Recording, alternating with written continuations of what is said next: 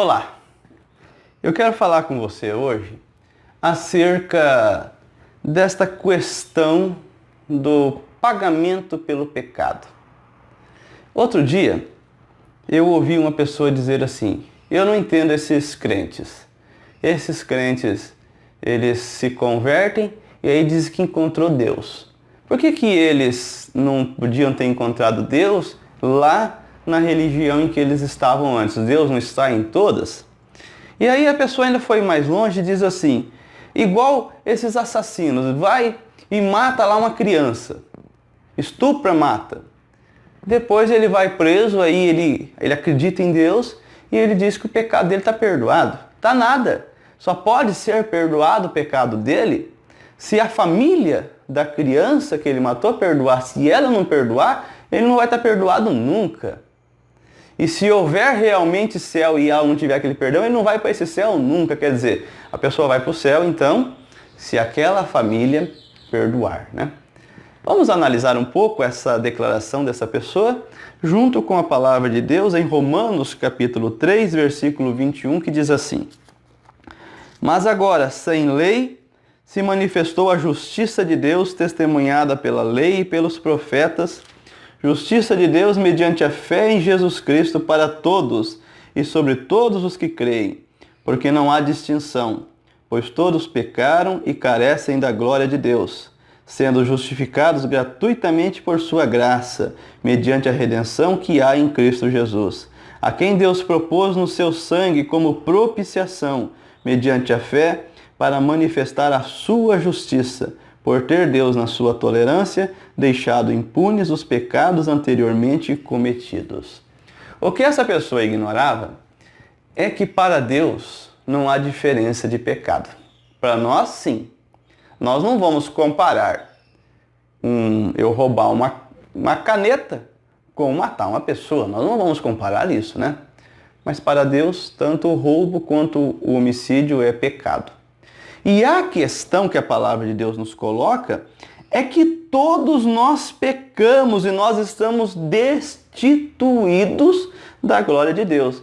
Sabe por que é que a pessoa vai lá e mata e estupra, ou porque ela mente, ou porque ela rouba? Sabe por quê? Porque ela é uma pecadora. Ela se afastou do desígnio de Deus para a vida, porque Deus tem o seu desígnio, o seu plano para a vida de todas as pessoas, para a sua e para a minha. À medida que nós nos afastamos desse desígnio de Deus, então nós passamos a pecar. E com isso nós somos destituídos da glória dele. Para isso, precisamente, ele enviou o seu Filho para que nós recebêssemos o perdão se nele nós crêssemos.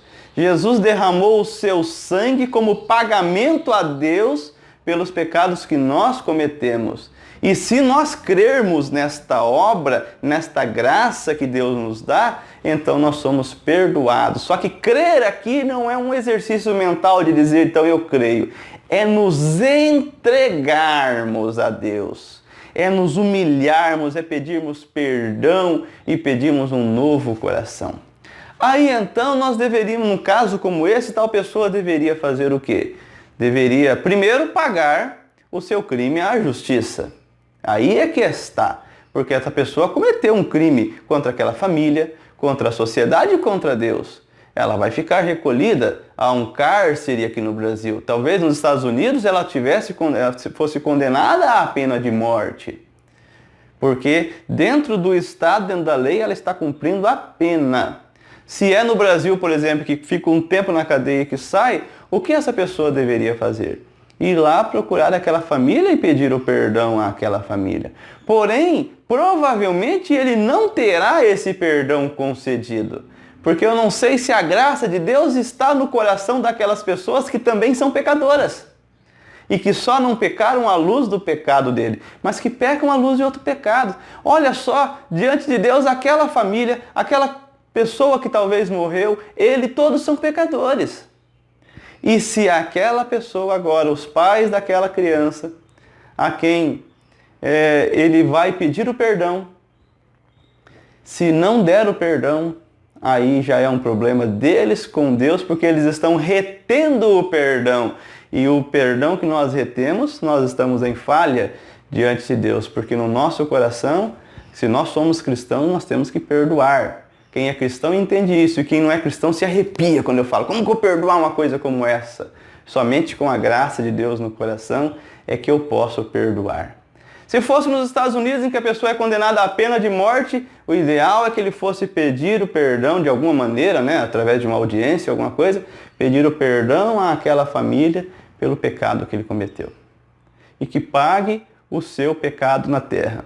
Se for liberto, depois de pedir esse perdão, que viva uma nova vida, porque sim, Deus nos perdoa. Deus nos dá o perdão.